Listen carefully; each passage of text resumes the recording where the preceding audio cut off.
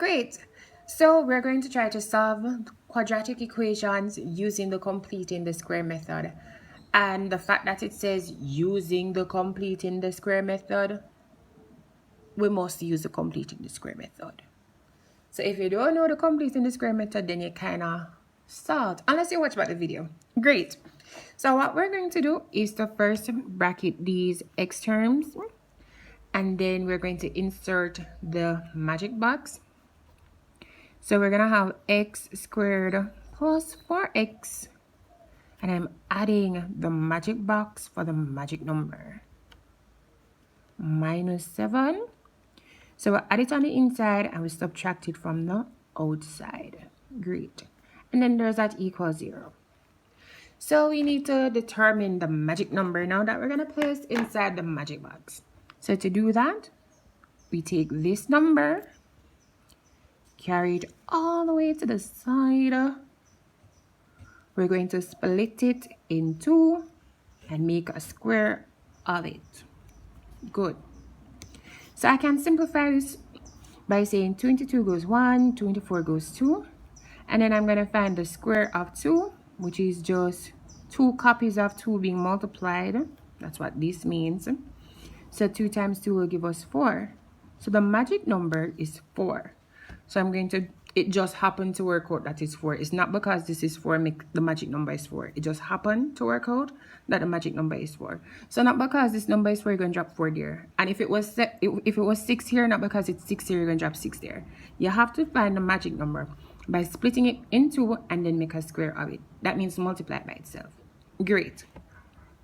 So the magic number worked out to be 4. So we added it inside here and we're subtracting it here. Great. So what we need to do now is to factorize this part, the bracket, as a perfect square. And to do that, we square root this term. So the square root of x squared is just x. We keep this side. So this was plus, so we'll put back the plus. And we square root the magic number inside the bracket. So the square root of 4 is 2. And remember, we were making a square out of that. So the first part kind of complete. We just need to work out this minus 7 minus 4, which turns out to be negative 11. Because you owe somebody $7 and then you owe them $4 more, so you owe them 11 in all. And remember that equal sign and the 0. Great. With me so far? So all we're doing now is to just solve the equation like normal. So we're going to have to carry this negative 11 over. If you jump the sign, you change. If you jump the side, you change the sign. So we're moving from left to right. So across the equal sign. So negative here, when it comes over, it's going to become positive. Good. So we're having x plus 2 all squared. Don't forget that. Is equal to 0 plus 11, which is just 11. Now we can solve this down some more. The first thing we need to get rid of is the square. And the opposite of a square is the square root. So this should cancel this, leaving us with just x plus 2 on the left. And remember, whatever you do to the left, you must do to the right. So we just square rooted the left, we need to square root the right now. So we need to figure out what is the square root of 11. So square root of 11 is I'm going to call it 3.32. Good. But there's something funny about this. Because if you have, watch me, 3.32 times 3.32, we get 11. But look at this, negative 3.32 times negative 3.32, we still get back that positive 11. So when you square root a positive number, you're going to get a positive answer and a negative answer. That's what these signs mean. A plus 3.32 as well as a negative 3.32. But we're not done yet because x is not by itself. So we need to carry this positive 2 across.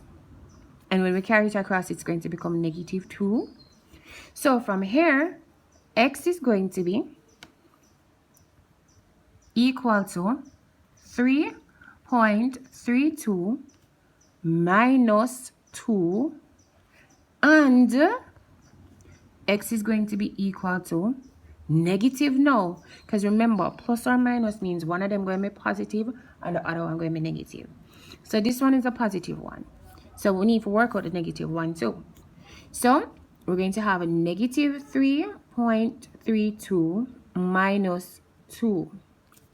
So we're just going to work down each part. So when you have x is equal to 3.32 minus 2, we're going to end up getting 1.32. And on the other side, x is going to be equal to negative 5.32. Great. So let me explain something to you. Remember, you must get two answers, depending on some of them. Some of them you won't even get an answer. So you must get two answers because it's a quadratic we're dealing with. So it's saying you must have two answers for x. You can look at it that way. Good. So here it is that we end up having two answers for x. So we know, so we're good. Remember I was saying a while ago too that sometimes you can't work it down no further. What if this was a negative 11? Let's see if we can find the square root of negative 11. Square root negative 11. Look at that big fat math error. So when it is that you have a negative number over here after you work on everything, and you have a negative number under the square root sign, that is just where it stops. You can transpose and leave your answer as a third. For example, let me just slice this in half. If we were here and you had that negative come up, the answer could have been x is equal to the square root of negative 11 minus 2. And then there's no solution. Reason why there's no solution is because we cannot find the square root of a negative number. Let's do that again. Square root negative 11. Good. And then we're going to subtract 2. Math error. Let's try another one. Square root negative 25. Everybody knows the square root of 25 is 5. So I'm expecting to say 5 or negative 5. But when you look, math error, because we cannot have the square root of a negative number. So besides that, how do you think it was? I think it was pretty easy. You can manage, man. You can manage.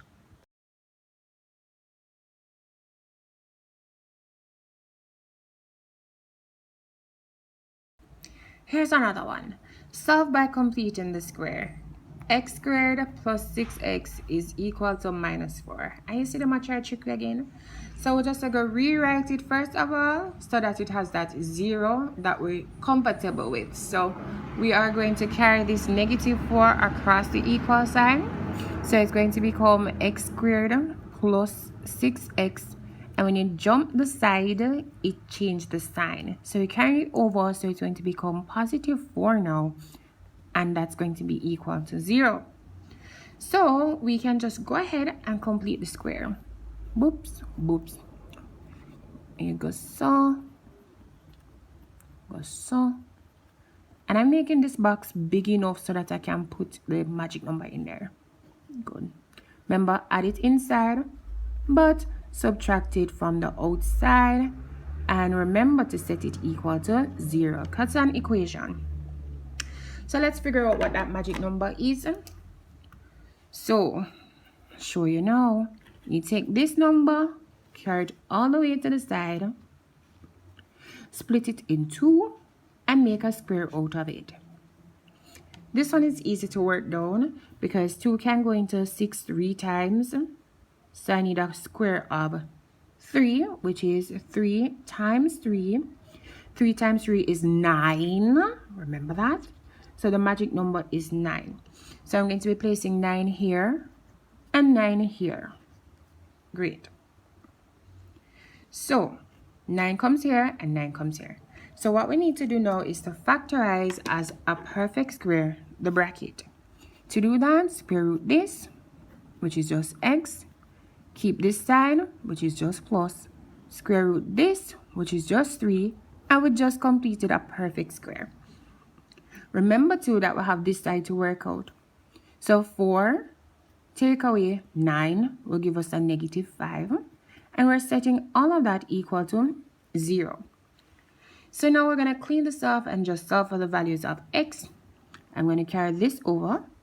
And it's going to become plus 5 now. So x plus 3 all squared is going to be equal to a positive 5. To get rid of this squared, because we need to solve for x, we need to square root both sides. There you go. So this will cancel this, leaving us with just x plus 3. And we need to figure out now what is the square root of 5. So square root 5, whoa, that is going to be 2.24, because I round it up to 2 decimal places. So 2.24.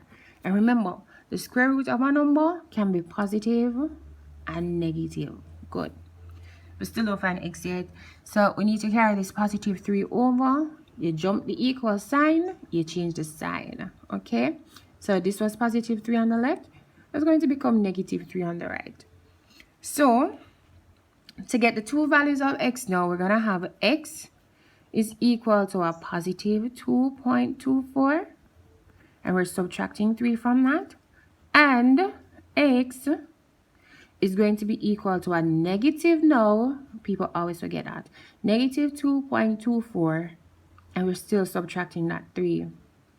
Good. So I'm going to put it in my calculator. 2.24 minus 3. And that gives us negative 0.76 for x.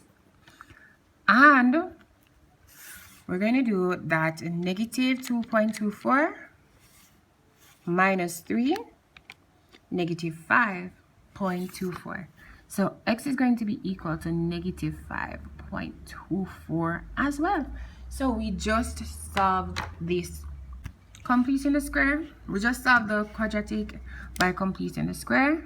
X is a negative 0.76 and x is a negative 5.24.